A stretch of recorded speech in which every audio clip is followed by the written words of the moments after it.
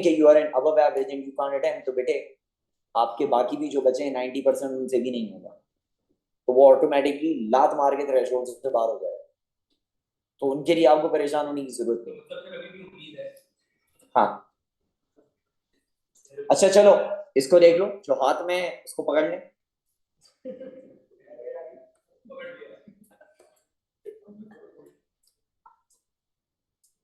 मेरे भाई कहते हैं बेटे a boy throw stone with a horizontal velocity of 10 metres per second. सवाल और शक्ल देख के समझ आ रहा है कि ये हाफ ट्रेजेक्ट्री का सवाल है, और इनिशियल जो भी वेलोसिटी है this is basically the horizontal component of velocity, और ये आपके पास वर्टिकल हाइट है। आपसे कहते हैं बेटे how long does it take the stone to reach the ground, air resistance can be neglected. अब देखो वेलोसिटी दी हुई है हॉरिजॉन्टल और डिस्प्लेसमेंट दिया हुआ है वर्टिकल, लेकिन हम जानते हैं कि हाफ ट्रेजेक्टरी में जब ये ऊपर से आता है तो इनिशियल वर्टिकल वेलोसिटी हो जाती है 0, एक्सेलरेशन प्लस 9.81 और डिस्प्लेसमेंट भी दिया हुआ है, तो काफी कुछ मुझे इन्होंने दिया हुआ है। तो आई थिंक क्या इस पर्टिकुलर डेटा से मैं टाइम निकाल सकता हूँ? फॉर्मूला लगाएंगे s is equal to u t plus half a t square, तो ये तो 0 हो जाएगा, हाफ जी की वैल्यू 9.81 और बेटे टी हमें निकालना है और डिस्प्लेसमेंट आपके पास 8 है। यही क्वेश्चन था जब हमने हाफ ट्रेजेक्टरी स्टार्ट करी थी, तो उस टाइप का क्वेश्चन पहले भी हम देख चुके हैं।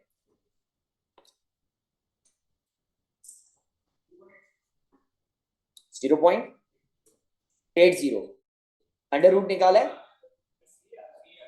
ठीक है, टी के ऊपर स्क्वायर भी था बेटे, 1.3 आ रहा है, ठीक है जी। आगे चलते हैं। ये सवाल मैंने जो पहला सवाल कराया था उसके बाद मैंने आपको ये सवाल दिखाकर बता दिया था इट्स द सेम क्वेश्चन, तो हम इसको स्किप करेंगे। ये क्वेश्चन हम ऑलरेडी कर चुके हैं और यह हाफ ट्रेजेक्टरी यहाँ पर होती है।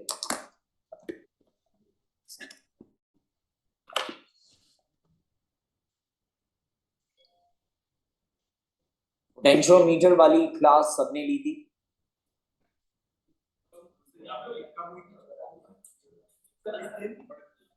सरकार डेट पड़ी हुई है सामने 2 जून।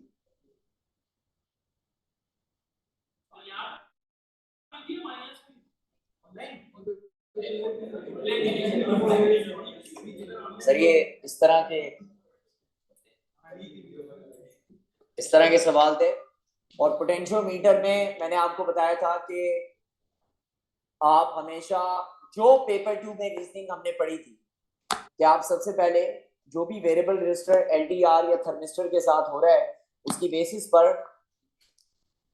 हम चेक करते हैं कि सर्किट में करंट के साथ क्या हुआ, और उसी लॉजिक को यूज करेंगे फिक्स रेजिस्टर के साथ, और वहां पर देखेंगे अगर उस पर वोल्टेज कम हो रहा है तो बराबर वाले पर पड़ जाएगा, बिकॉज टोटल ईएमएफ या total voltage remains same.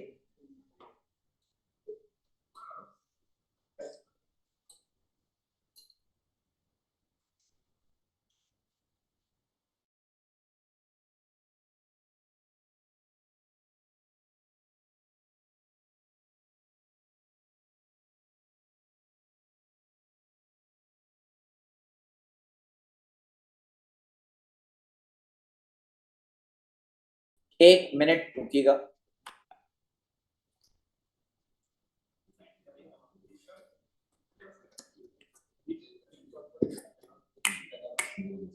Phone अंदर।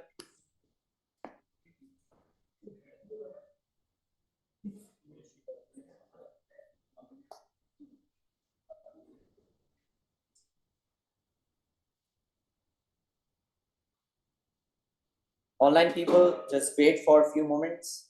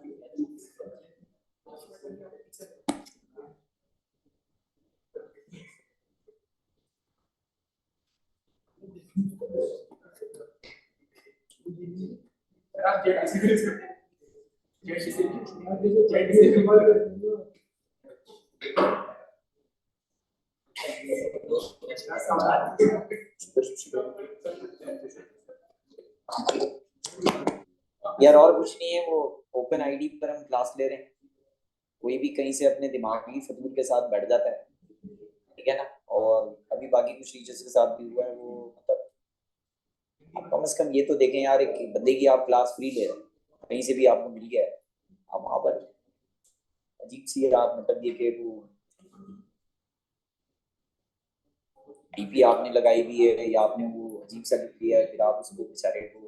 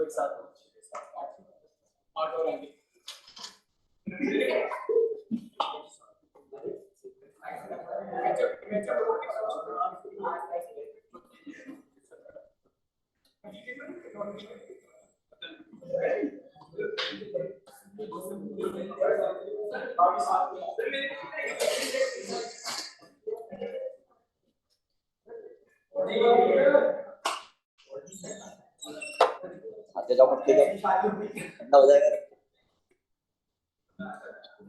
भाई, खाने के लिए दिया जी जी।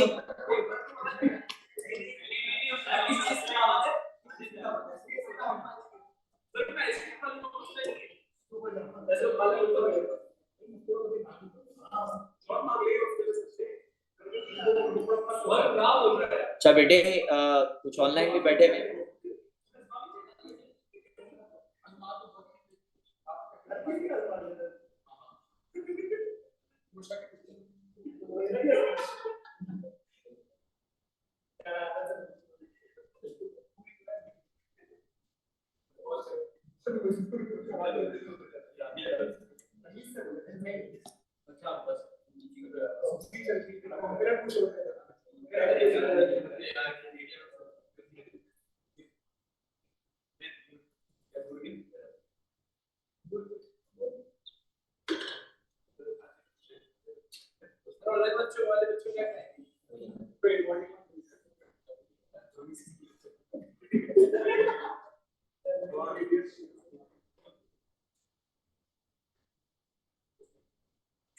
मोमेंट मोमेंट करा है।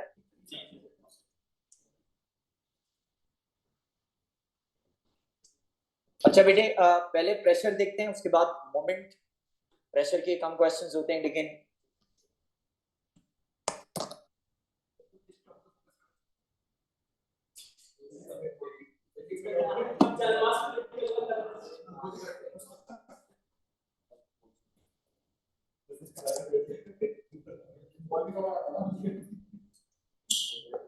बेटे यहाँ ऑनलाइन भी बैठे हैं बहुत सारे, थोड़ा सा कंट्रोल।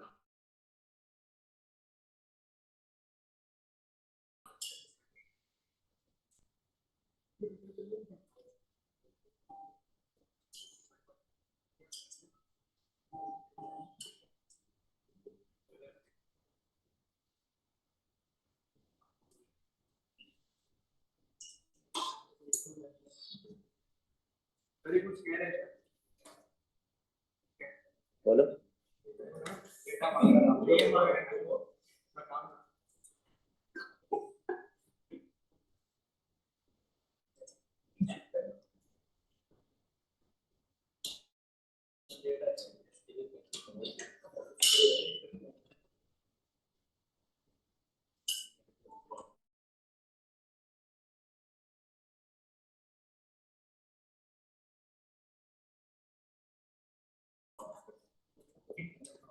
जब बेटे क्वेश्चन देखें,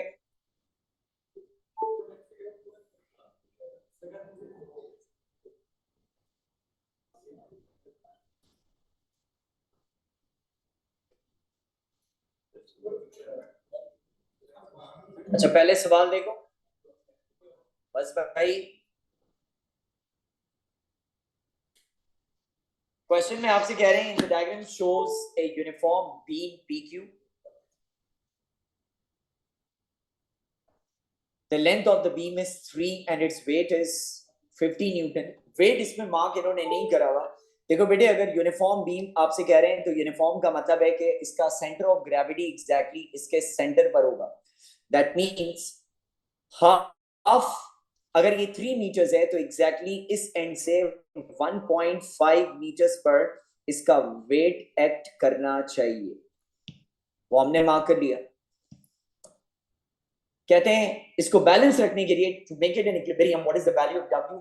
अगर तुम्हारे पास इक्विलिब्रियम का बैलेंस का किसी भी किस्म का कोई क्वेश्चन हो तो कंपैरेटिवली हम ही कह सकते हैं कि ऐसे क्वेश्चन को सॉल्व करने के लिए आपको किसी तरह से भी कंसिडर करने की जरूरत नहीं कि क्लॉकवाइज और एंटी क्लॉकवाइज क्या है। हम डायरेक्टली क्या कंसिडर करेंगे, हम कंपैरेटिवली फॉर्मूला लगा देंगे F1D1 is equal to F2D2। अब जैसे अगर F1W है तो पिवट से इसका डिस्टेंस है 1, F2 अगर आपके पास 50 है तो बेटे पिवट से इसका डिस्टेंस कितना बनेगा 0.5। ठीक है, तो ये आपके पास आंसर आ जाएगा almost 25 Newton which is option A. अगला क्वेश्चन इसी चीज के ऊपर बेस करता है तो हम इसको स्किप करेंगे। नेक्स्ट क्वेश्चन देखो, कहते हैं the vertical forces that the ground exerts on a stationary van are shown। कहते हैं the van is 2.5 meters long with the wheels at a distance of 0.6 meters from the front of the van and 0.4 meters from the rear of the van। कहते हैं what is the horizontal distance of the van's center of gravity from the front of center of gravity की आपके बारे में मतलब इसको आपसे पूछ रहे हैं तो सबसे पहले तो हम ये देख लेते हैं कि इसका सेंटर ऑफ ग्रेविटी कहीं पर भी हो हम अज्यूम कर लेते हैं। जैसे फर्ज कर लो ये इसका सेंटर ऑफ ग्रेविटी है तो सेंटर ऑफ ग्रेविटी से इसका वेट एक्ट करना चाहिए वर्टिकली डाउनवर्ड्स। ठीक है, अब अगर ये मोमेंट का क्वेश्चन है तो मुझे वैसे ही देख लेना चाहिए कि जिस क्वेश्चन में पिवट गिवन नहीं होती हम पिवट को अज्यूम कर लेते हैं कि ये वहां पर है जहां पर, क्योंकि इसका वेट वगैरह मुझे कुछ नहीं गिवन। तो हम शुरू से पढ़ते हैं कि अगर किसी क्वेश्चन में वेट गिवन नहीं है तो basically what I will do, I will assume the pivot right beneath the centre of gravity. मैं यहां पर अज्यूम कर लेता हूं। ठीक है, अब जनाब अगर आपने पिवट अज्यूम कर ही ली है तो आपसे पूछ रहे हैं कि सेंटर ऑफ ग्रेविटी का फ्रंट ऑफ द वैन से कितना डिस्टेंस है। तो अब ये हमें अज्यूम करना पड़ेगा, लेट अस सपोज कि ये फ्रंट ऑफ द वैन से ये डिस्टेंस जो है दिस इज x। ठीक है, तो अब बेटे रिलेटिवली अगर मैं कंसीडर करूं तो ये जो 16,000 की फोर्स है इसका पिवट से कंपैरेटिवली कितना डिस्टेंस हो जाना चाहिए, x minus 0.6। Can I say that? ठीक है, और जो फोर्स 9000 है उसका पिवट से रिलेटिवली कितना डिस्टेंस होगा?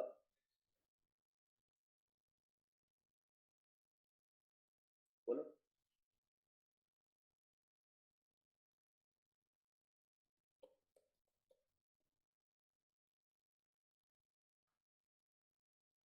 हम इसको ऐसे देख लेते हैं, इधर देखो बेटे, यहां से यहां तक जो टोटल लेंथ है वो इसकी कितनी है?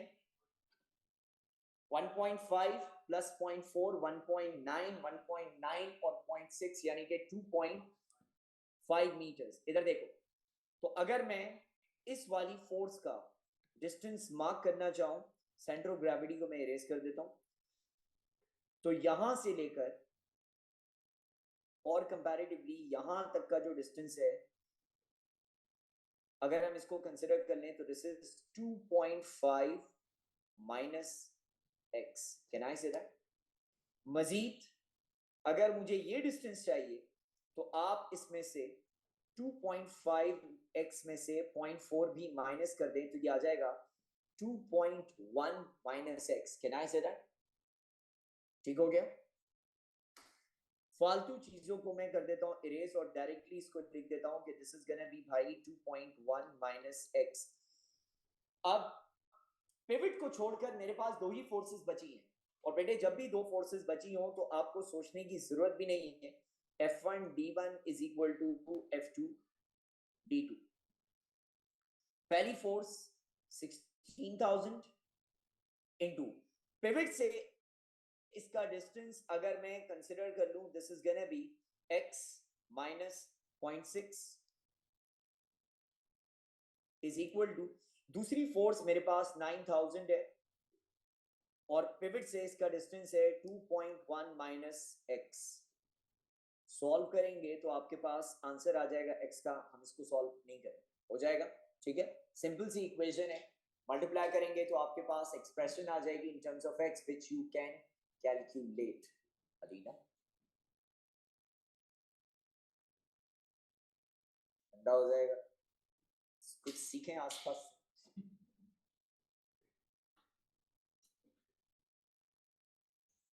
अच्छा बेटे आगे देखते हैं। इस टाइप के जितने भी हमारे पास बेटे क्वेश्चंस हैं जिनमें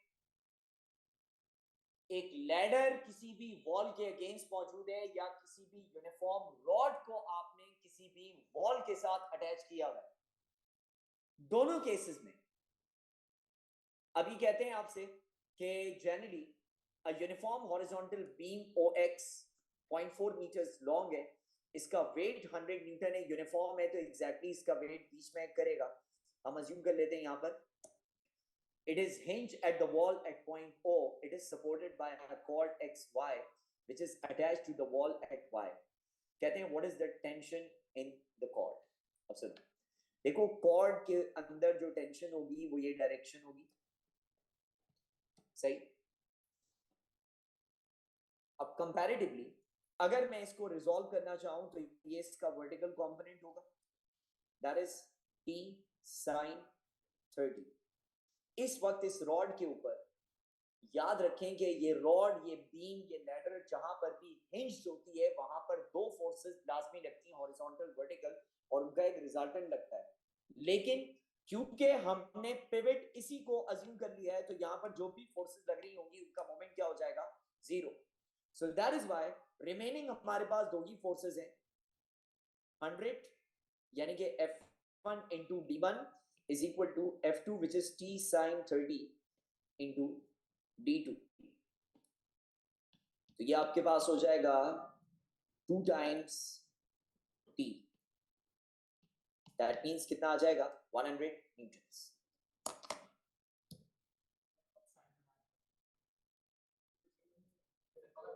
एक मिनट, ऐसे नहीं है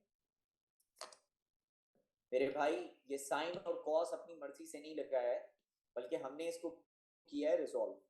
ये टेंशन का वेक्टर था सरकार, आप इसको रिजॉल्व करेंगे तो इसका एक कंपोनेंट ये रहा और एक कंपोनेंट ये रहा, तो एंगल के सामने वाला यानी कि ऑपोजिट यानी कि वर्टिकल कंपोनेंट हमेशा T sin 30 यानी कि T sin थीटा ही होता है ना। तो इसको बैलेंस करने के लिए हॉरिजॉन्टल इसका तो मोमेंट ही जीरो हो जाएगा क्योंकि इसका लाइन ऑफ एक्शन पिवट से पास हो रहा है, तो that is why it has to be d sin theta. हमें नहीं पता चल सकता, हमें क्वेश्चन देखकर पता चलेगा। ठीक है, क्वेश्चन देखे बगैर पहले से हम नहीं बता सकते।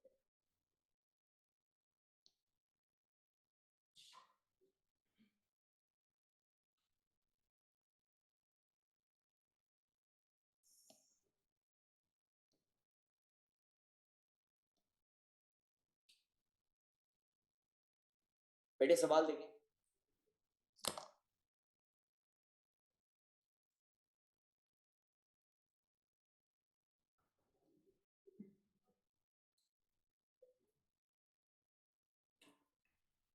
सॉल्व करें इसको।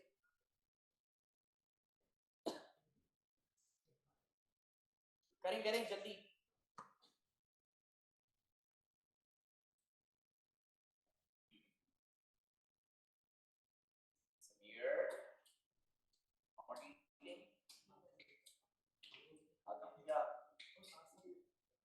हाँ साथ साथ जैसे इन सब ने कहा।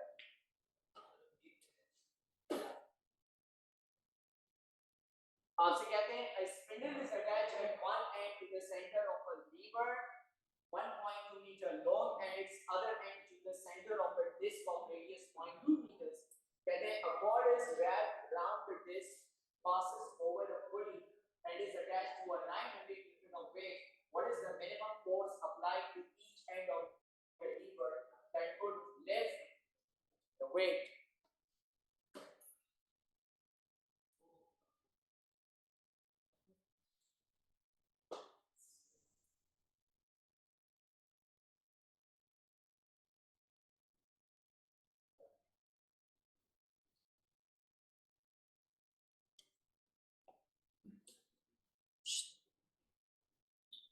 बेटा थोड़ी देर कभी किसी क्वेश्चन को टाइम लगाकर सोचकर सॉल्व भी कर दिया कर हर वक्त।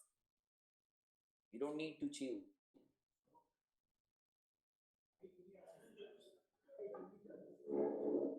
बेटा जिस काम में आप माहिर हैं वो बेचारा थोड़ा सा जो टाइम लगाएगा।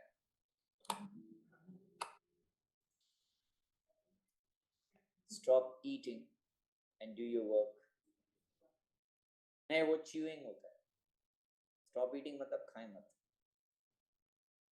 स्टॉप च्यूइंग मतलब अच्छा बेटा डोंट स्ट्रेच।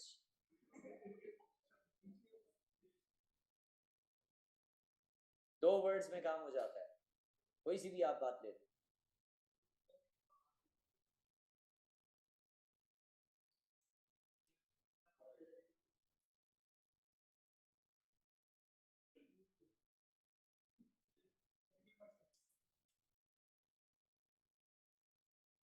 हर एक को अलग रो में बिठा दूंगा मैं।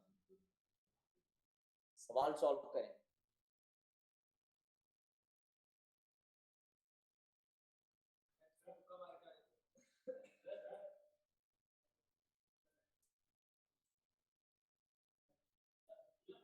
पूरा बोला करो बेटा, कॉल उठा लें।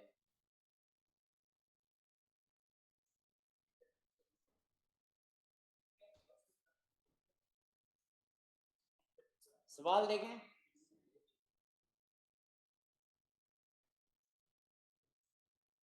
इसको अगर हम बेटे कंसिडर कर लें तो आप चाहें तो टॉर्क से कर सकते हैं और ना चाहें तो कोई इशू, कोई मसला नहीं है।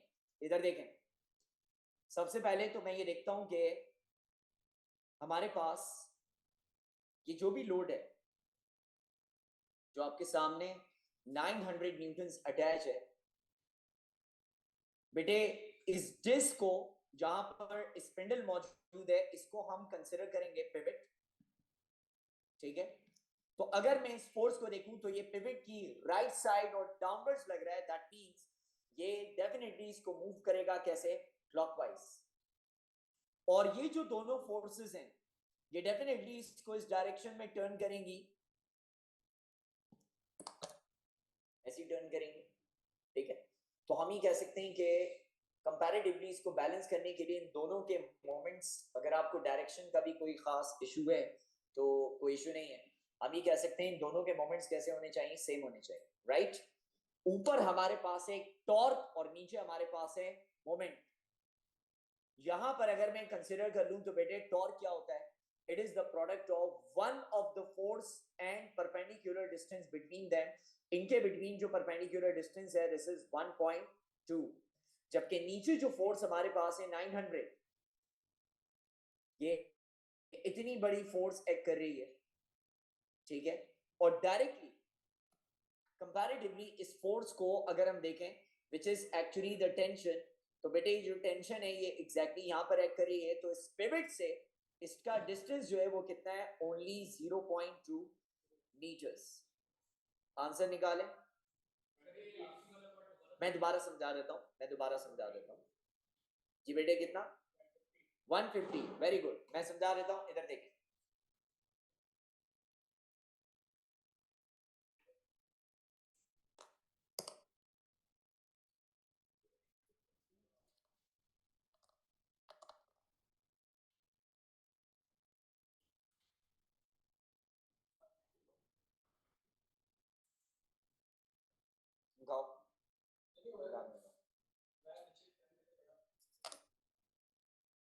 अच्छा बेटे, पहले इस सवाल को सुन लें, लिसन।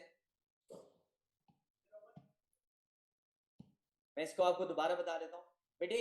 ये वन ऑफ द क्वेश्चन है जो एक दफा नहीं, दो दो तीन तीन चार चार दफा रिपीट हुआ हुआ। अब इसको देखें, जैसे मैंने आपको कहा था कि हमारे पास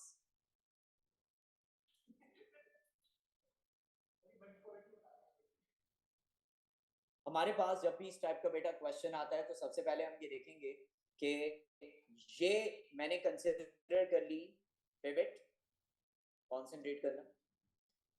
ऊपर तो हमें पता चल गया कि एक ही बॉडी के दोनों एंड्स पर जब फोर्सेस लग रही हैं, सेम फोर्स दोनों एंड्स पर लग रही हैं, तो ये basically they constitute a couple.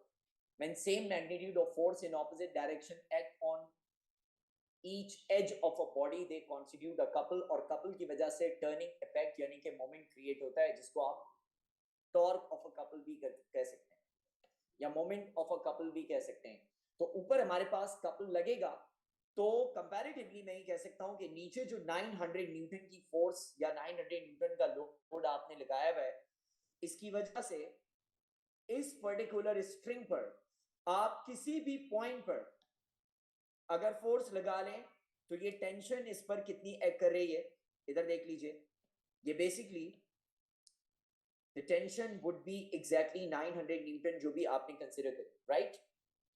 अब अगर मैं इस टेंशन को और थोड़ा सा क्लोज आपको दिखाऊं तो बेटे this tension is right acting at this particular point. तो अब मैं अगर कंसीडर करूं तो पिवट से इसका perpendicular distance is same as the radius of this particular disc. So that is why ऊपर का टॉर्क और इस पर्टिकुलर टेंशन 900 का मोमेंट, ये दोनों कैसे होने चाहिए? इक्वल, अगर ये बैलेंस या इक्विलिब्रियम है, गेट इट।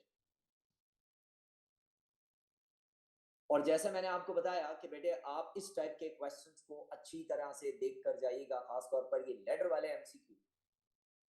अब जैसे ही कह रहा है uniform rod X Y of weight 10 newton freely hinged to a wall at X, it is held horizontally by a force F, bete, acting from Y at an angle of 30 degrees to the horizontal as shown.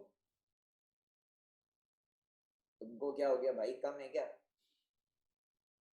Burger कम है?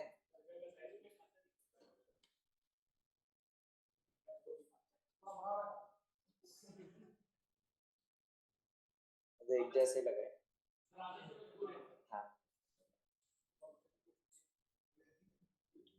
अच्छा fine. अब ये आपसे कहते हैं कि y at an angle of 30 degrees to the horizontal as shown, what is the value of f provided that हमारे पास uniform rod है और ये हॉरिजॉन्टल है, मतलब ना ऊपर जा रही है और ना नीचे जा रही है। इसका मतलब जो भी आपको फोर्सेस या मोमेंट है वो बैलेंस है। बेटे सवाल सॉल्व नहीं कर रहा क्योंकि स्टार्टिंग में जो हमने क्वेश्चन पढ़ा था एग्जैक्टली सेम क्वेश्चन है। यहां पर आप पिवट कंसीडर करोगे, एक फोर्स ये रही 10 न्यूटन की, इसको अगर मैं रिजॉल्व करता हूं तो इसका कंपोनेंट आ जाएगा F sin 30, ठीक है। तो दैट मींस 10 इंटू, अब ये यूनिफॉर्म रॉड की लेंथ हमारे पास कितनी है? हाँ जी कितनी है? नहीं गिवन, कोई बात नहीं। सपोज कर लेते हैं कि इस पूरे की लेंथ x है, तो बेटे 10 न्यूटन एग्जैक्टली उसके मिड पर अप्लाई होगा x/2, और ये जो f sin 30 है ये अप्लाई हो रहा है पूरे x पर, तो ये दोनों साइड पर x कैंसिल आउट हो जाएगा। You can get the required value which is 10। ठीक है, आगे चलते हैं बेटे। इस टाइप के क्वेश्चन की मैं आपसे बात कर रहा था कि आपको इन क्वेश्चंस को लिटरली पक्का पक्का याद रखना चाहिए। कुछ और कहोगे तो बता दो उसको। श्योर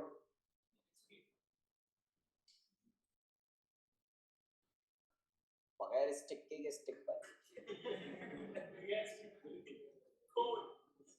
बाकी में मंगा।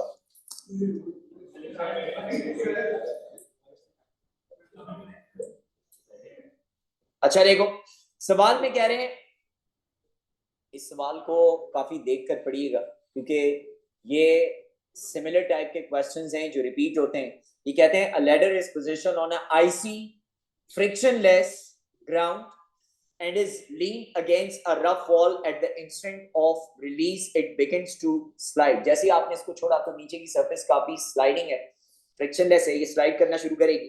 तो आपसे कहते हैं which diagram correctly shows the direction of the forces P, W and R acting on the ladder as it begins to slide। देखो बेटे ऑप्शन ए तो किसी तरह से हो नहीं सकता, उसका रीजन आप बताएंगे।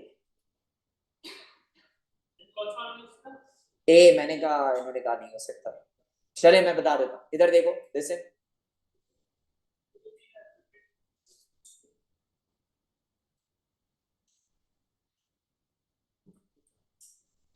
दो तीन तरीकों से बेटे ये सवाल सॉल्व हो सकता है। बहुत सारे लोग वेक्टर ट्रायंगल फॉर इक्विलिब्रियम भी बहुत ज्यादा नहीं इस्तेमाल कर रहे आप लोग।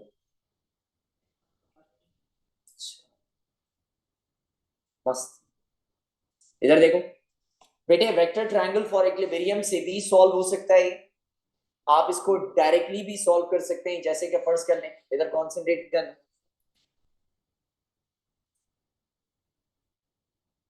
अगर मैं कंसिडर करूं तो हमारे पास इनमें सबसे ज्यादा ऑड आंसर जो है वो कंपैरेटिवली ए का ही है, जिसमें सारी की सारी फोर्सेस इसी डायरेक्शन में।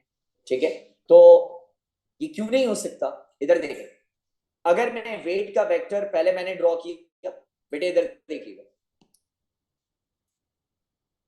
जो कि डायरेक्टली वर्टिकली डाउनवर्ड्स है। ठीक है, अब अगर ये स्लाइड कर रही है तो दैट मींस ये इस तरफ मूव करेगी, और ऊपर से आपके पास ये कैसे मूव करेगी? नीचे की तरफ मूव करेगी। तो आपके पास जो रिजल्टेंट है, मतलब पर्टिकुलरली जैसे यहां पर इसका जो कंपोनेंट है, हम ये कह सकते हैं कि जो हॉरिजॉन्टल वेक्टर, भाईजान अच्छा बताओ ए क्यों नहीं हो सकता?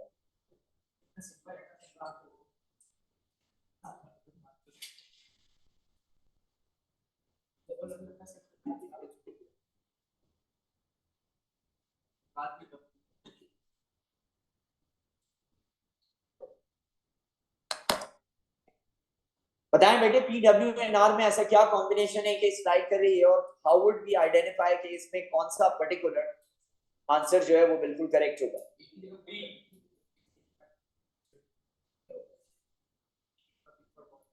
वजह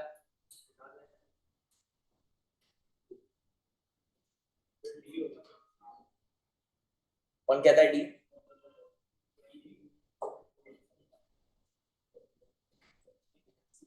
सवाल पढ़ लें, मैं सॉल्व करा देता हूं, आप एक मिनट लें, इसको देख लें पहले।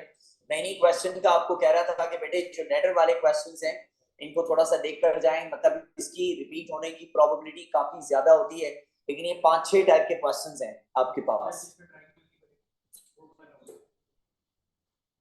ए में भी नहीं बन रहा वैसे।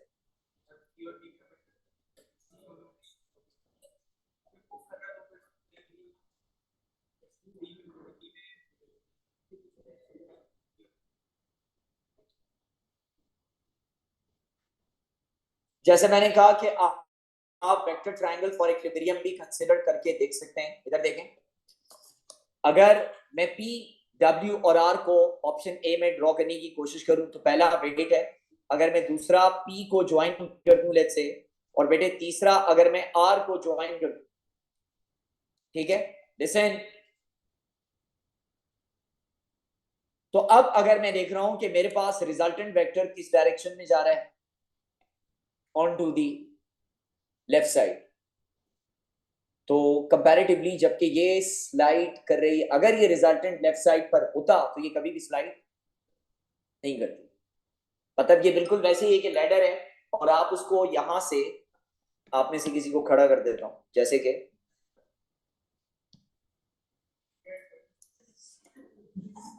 ये आप सपोर्ट करके धक्का देके खड़े हो गए, ये लेफ्ट साइड पर फोर्स है तो इसको नहीं गिरना चाहिए, ठीक है। अब जैसे फॉर एग्जांपल बेटे अगर सी को हम कंसीडर कर लें, पहले मैंने ड्रॉ कर दिया वेट का वेक्टर, उसके बाद अगर मैंने ड्रॉ कर दिया पी का वेक्टर, तो बेटे आर थोड़ा सा इंक्लाइंड है, तो ये almost vector triangle for equilibrium बन रहा है, हम अज्यूम कर सकते हैं। तो अगर ऐसा है तो इसको मूव ही नहीं करना चाहिए because it is in equilibrium. तो तमाम फोर्सेस अगर हैं तो that means it should not be moving because under the action of equilibrium या बैलेंस फोर्सेस। तो comparatively according to Newton's first law, अगर एक ऑब्जेक्ट रेस्ट में तो वो रेस्ट में रहेगा, अगर वो मूव कर रहा है तो मूव करता रहेगा। Same goes for D. अगर मेरे पास वेट डाउनवर्ड्स है, ठीक है, और कंपैरेटिवली सी, सरकार पहले इस वाले को देख लें, ये वेट डाउनवर्ड्स है। अगर बेटे पी को मैं यहां पे इस तरह से ड्रॉ कर दूं और आर रिलेटिवली ऐसे ड्रॉ करूं, तो मेरे पास रिजल्टेंट इस पर्टिकुलर डायरेक्शन में जाएगा अगेन। और अगर मैं ऑप्शन बी को कंसिडर करता हूं, तो लेट अस सपोज जैसे वेट आपके पास इस तरह से, और यहां से अगर मैं कंपैरेटिवली पी को कंसिडर करूं, और डेफिनेटली यहां से अगर हम आर को कंसिडर कर लें, तो आपके पास ये जो फोर्स है ये इंक्लाइन वे में आ रही है। यही फोर्स अगर यहां से मैं इसको अप्लाई करूं तो डेफिनेटली ये क्या हो जाएगी, स्लाइड होना शुरू हो जाएगी। दैट इज व्हाई वेक्टर्स की बेसिस पर भी हम आइडेंटिफाई कर सकते हैं कि it has to be P not C. अगर आप सी बोल रहे थे तो पॉसिबल नहीं।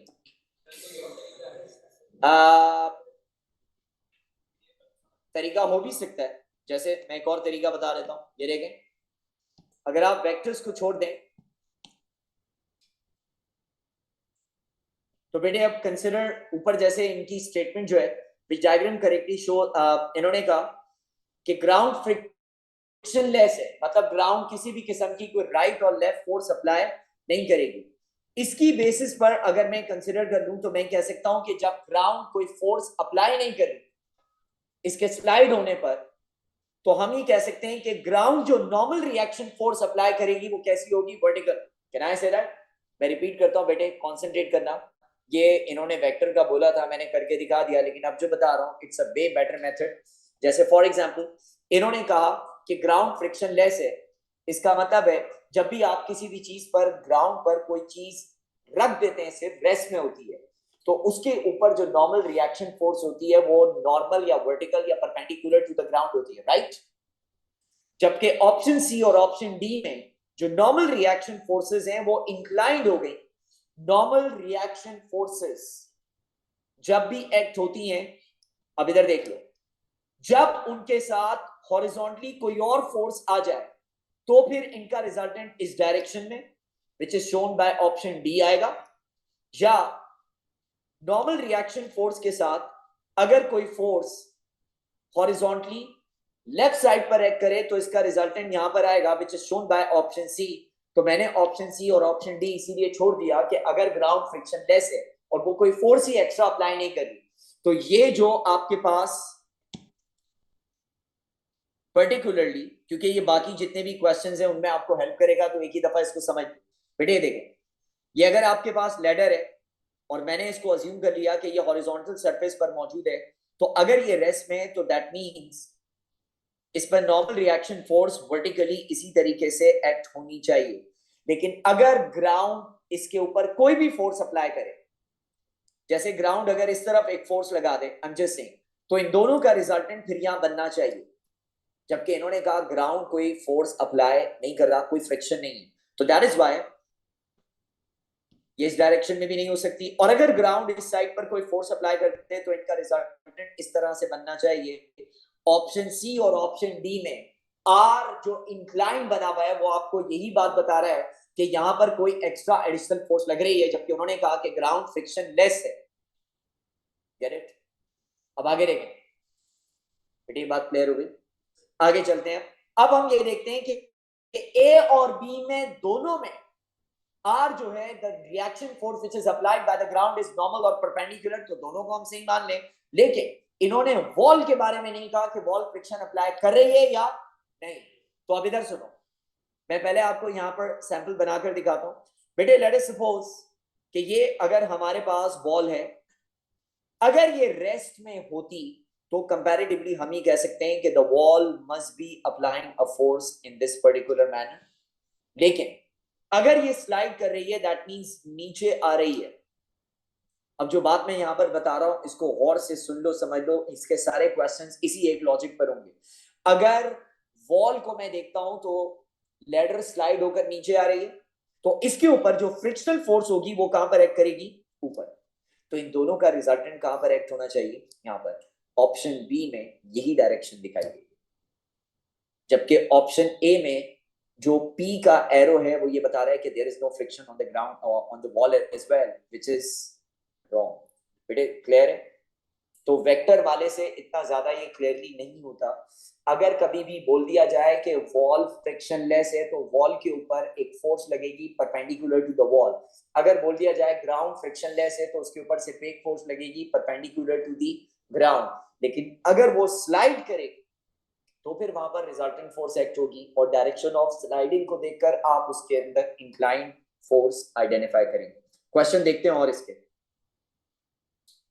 ये तो आई थिंक दो फोर्सेस और पिवट वाले ये हो जाएंगे आपसे, इसमें कोई खास इश्यू नहीं होना चाहिए। कर देते हैं, जल्दी क्या है। ये देखें, ये दोबारा आया हुआ सवाल है ना। कौन सा क्वेश्चन सॉल्व कर है?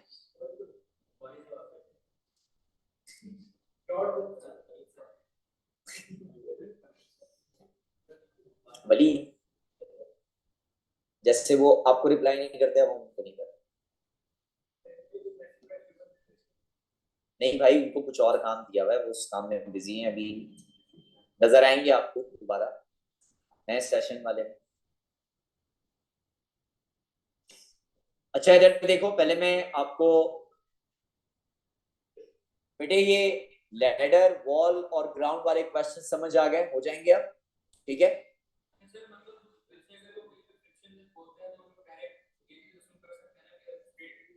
बिल्कुल बिल्कुल आप अज्यूम कर सकते हैं, कोई इशू नहीं है इसको। एक सवाल ये देखें,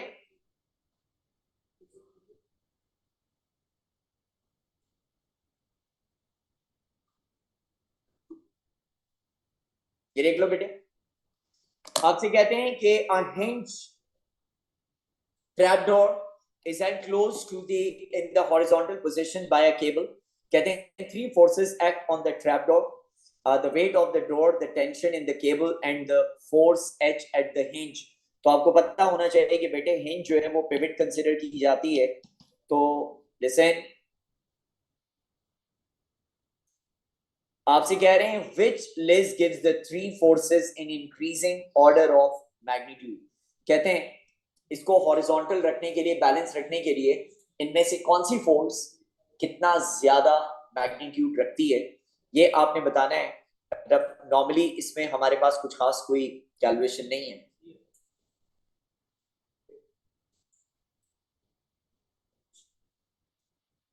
बेटे।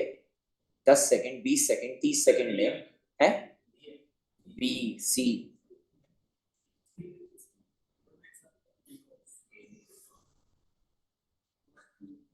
कोई कोई और बोलता, मैं बोलता आपकी बात थोड़ी ना हो रही है।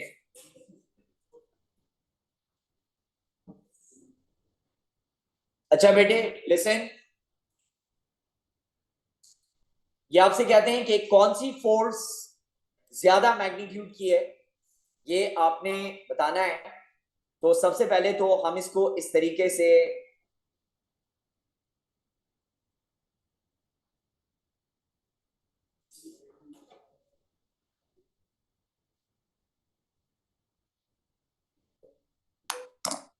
हाँ जी बोलना शुरू करें जो आपने आंसर बोला है। क्यों?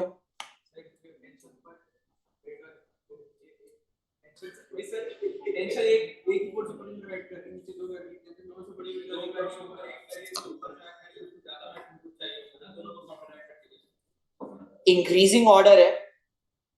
तो बेटे अगर हम कंसिडर कर लें तो आई थिंक W जो है वो क्लॉकवाइज मोमेंट प्रोड्यूस कर रहा है।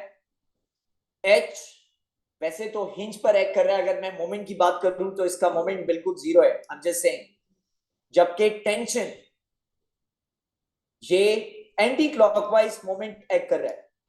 जो फोर्स पिवट से जितनी करीब होगी नॉर्मली, उसको बैलेंस करने के लिए मोमेंट सेम मोमेंट रखने के लिए उसकी वैल्यू उतनी ज्यादा होगी। मैं इसको एक्सप्लेन करता हूं।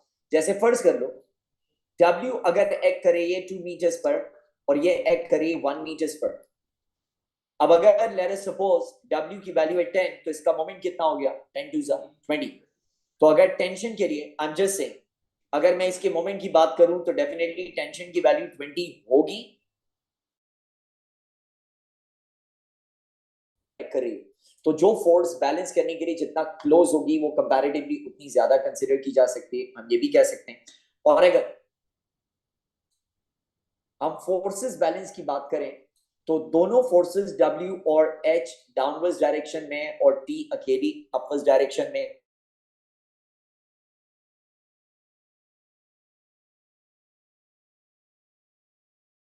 तो जी बेटे उसके लिए फिर उनको कोई ना कोई एडिशनल डिटेल देनी पड़ती, इसीलिए उन्होंने एक ही ऑप्शन रखा जिसमें T सबसे ग्रेटेस्ट है। बेटे हाँ बेटे इस क्वेश्चन में टेंशन अकेला अपवर्ड्स एक्ट कर रहा है, तो दैट मींस ये दोनों को बैलेंस कर रहा है W और H या उनके कंपोनेंट्स को, तो T has to be the greatest. इसीलिए इसको सबसे हम आखिर में रखेंगे और समथिंग लाइक दिस। आगे मुझे देखने दो कि अगर इसमें है तो कोई, इधर देखें यार, उस सवाल में कोई खास इतना है नहीं। ये देख लो भाई, बाइसेप वाला देख लो। कह रहे हैं a man folds 100 newton load stationary holds in his hand. कह रहे हैं the combined weight of the forearm and the hand is 20 newton. कहते हैं the forearm is held horizontal as shown. कहते हैं what is the vertical force F needed in the bicep. देखो listen, सबसे पहले जो joint है हम इसको अज्यूम कर लेते हैं कि ये क्या है? पिवट, मतलब ये जॉइंट सही, इसको हम अज्यूम कर लेते हैं पिवट। तो बेटे आई थिंक ये दोनों फोर्सेस जो हैं ये क्लॉकवाइज मोमेंट क्रिएट कर रही हैं। और ये जो फोर्स F है, अगर मैं इसको थोड़ा सा नीचे तक लेकर आऊं तो आई थिंक ये एंटी क्लॉकवाइज मोमेंट प्रोड्यूस कर रही है। तो आई थिंक आसान सा है।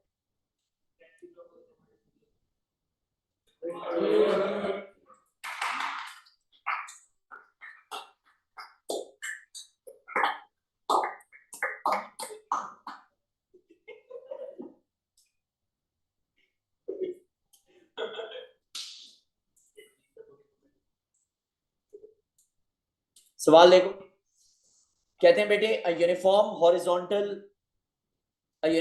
horizontal footbridge is 12 meters long and weighs 4000 newton. It rests on two supports x and y. अगर बेटे यूनिफॉर्म है तो इसका मतलब है इसका वेट एग्जैक्टली कहां पर एक्ट करेगा?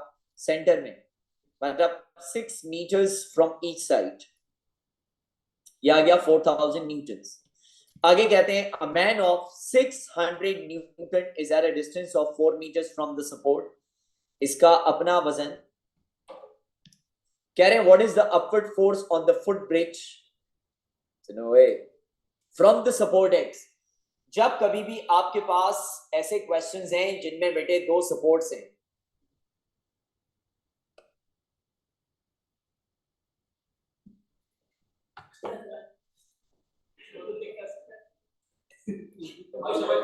आधी खाली है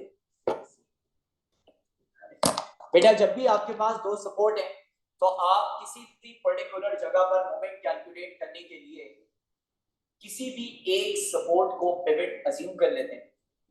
और कंपैरेटिवली इनका क्वेश्चन ये है कि what is the upward force on the foot bridge from the support x, तो हम अज्यूम कर लेते हैं कि यहां पर जो फोर्स अपवर्ड्स है वो ये F है, तो हम y को पिवट अज्यूम कर लेंगे तो वहां पर जितनी भी फोर्सेस हैं उनके मोमेंट क्या हो जाएंगे, जीरो। अब अगर मैं कंसीडर करूं तो ये F क्लॉकवाइज मोमेंट होगा और बाकी की दोनों फोर्सेस क्या हो जाएंगी, एंटी क्लॉकवाइज मोमेंट। सरकार एक दफा फिर हो जाए, अरे बोलो ना, clockwise moment is equal to anticlockwise moment.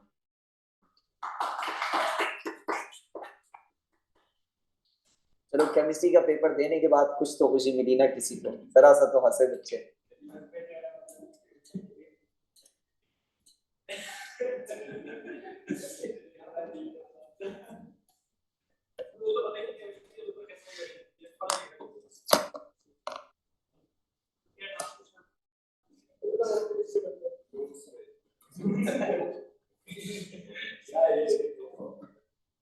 खर्चा किया है बॉय ने यार, ऐसा नहीं करो यार।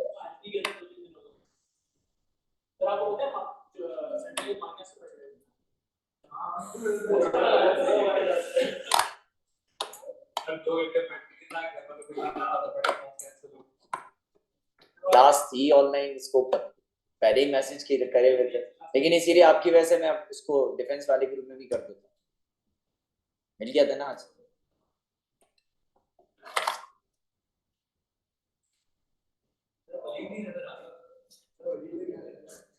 एड्रेस दे दूंगा हंसते हुए जाना। अच्छा मुझे ये बताएं कि अगला वाला जो टॉपिक कराना स्टार्ट करूं।